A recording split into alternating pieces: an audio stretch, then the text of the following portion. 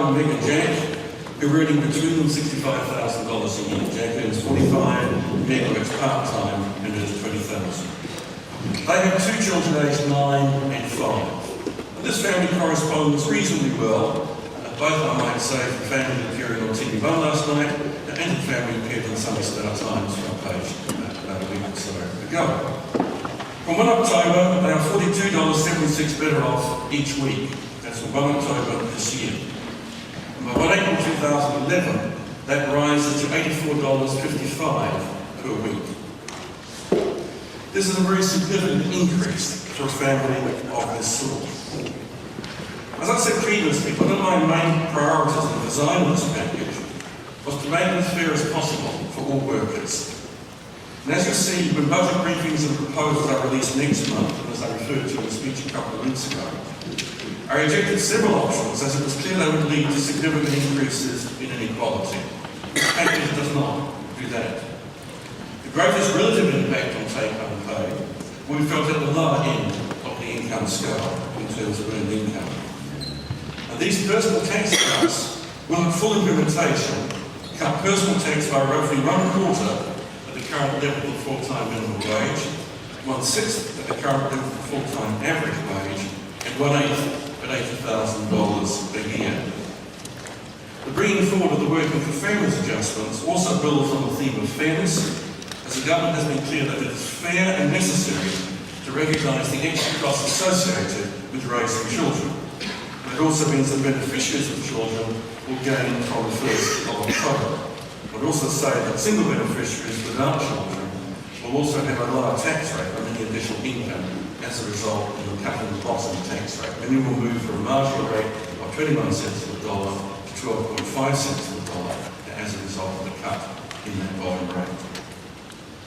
This means all told that we will deliver by 2011-12 $8.8 billion per year in tax cuts, with Working for Families, business tax reform, KiwiSaver and personal tax package being phased in over this next 3-year period. And we're able to deliver these tax cuts fairly and responsibly. The package meets before design tests I set up last year, and those note my opponents are still not agreed to. The package will not lead to greater inequality and delivers the greatest proportional impact to low-income workers, especially those with children. The package will not lead to cuts to public services. In fact, we will deliver significant increases in social spending this year. I'm confident they will not exacerbate inflationary pressures, with the delay bringing transport into the emissions trading scheme, the disappointing employment figures of a fortnight ago, and declining retail spending and housing data. I'm confident that domestic inflation is cooling, and Treasury predicting that even with this tax cut package, the CPI will back within 1 to 3% band over the forecast period. And I'm very pleased we're delivering this package without having to abandon our goal of keeping debt at around 20% of GDP. We've got fast our best to keep debt as low as possible for as long as possible before we face serious demographic challenges from about 2020 on. The personal tax cuts will mean significant increases in the amount paid every fortnight to older New Zealanders through New Zealand Superannuation. I might say there's a bit of confusion, I think, arose out of Mr. Peters' speech yesterday. Mr. Peters was referring to raising the relativity, and while the figures he used were remarkably close to what's in the budget, he didn't actually know those figures until after he'd written and delivered the speech. Because I told him about that yesterday afternoon. What is New Zealand Superannuation is set on the basis of the net after-tax average income. So if the after-tax average income increases because tax rates go down, then superannuation is automatically adjusted as a consequence of that. What this means for a married couple of superannuation is that they'll be better off by some $45.88 a fortnight, while a single superannuator living alone will gain some $23.84 a fortnight from the 1st of October.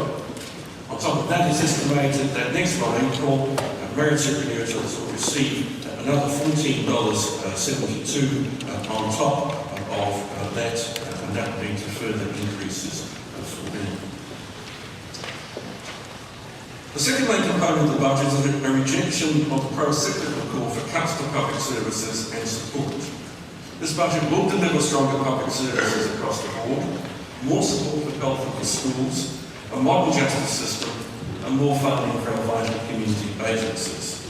That investment shows the Labor-led government will not hold back on support, but that support is most needed, as happened the last time we faced an economic downturn in the late 1990s. The budget delivers an extra $3 billion over 4 years to improve the health and well-being of New Zealanders and improve our health, including this year's $750 million increase from the new vaccine program to fight cervical cancer, more elective procedures, and continued funding to pay clinicians fairly and to keep doctors' fees low.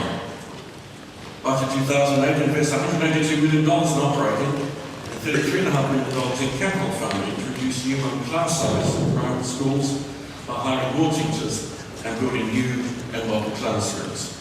And it also includes the previously announced $446 million over the next 4 years to help community-based social services deliver essential services to support children and families.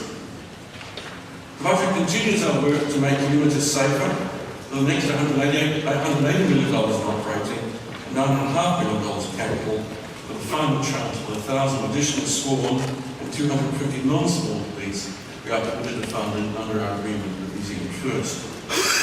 We'll continue to build on our efforts to promote social housing and make home ownership a reality for more families, with the social housing upgrade in Wellington, the innovative shared equity scheme, and the first stage of the Hobsonville development. For tertiary students, there's a 10% increase in the parental income threshold for full student allowance on the 1st of January next year, benefiting some 12,000 students. The income testing age will be lowered from 25 to 24, and the full rate of allowance paid to those aged 24. This is in accordance with the agreement with the United Future. In student loan living cost components will be indexed to inflation for the first time, with an initial increase of $5 per week, inflation index thereafter.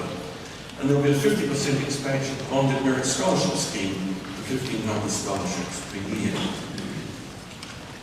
The third component is our work to plan for a strong economic future.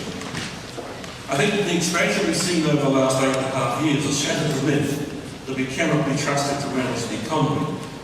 And the rollout of company tax cuts, research and development tax credits, significant market development assistance, and the revitalisation of industry training has shattered the myth that it is national labour that will deliver for business. We believe that it is labour that can be trusted to look through this economic cycle and work with business and workers to plan for a strong, prosperous and sustainable future. I'll turn in a minute to the broadband proposal. But first I want to remind everyone that the centre of our plan for the future is the $700 million investment that we've announced already for the New Zealand Fast Forward Fund. This is part of the largest ever funding increase for science and research in New Zealand's history. The budget also includes just over $205 million to boost the level of research to improve business performance and international competitiveness. There's another $139 million operating, plus $26 million capital, to provide increased support for firms operating internationally and boost market access for firms operating at home. And we'll invest over $600 million extra in universities and polytechnics over the next 5 years. A further major component of the budget's investment in the future is the contributions to a highly skilled workforce. We've been very busy in this area since the start of our first term. We've overseen the revitalisation of industry training and the rollout of the modern apprenticeships program in addition to schools-based programs such as Gateway. We know that lifting skills is central to the productivity challenge facing New Zealand, which in turn is the only way we're going to significantly lift incomes in real terms over the long term.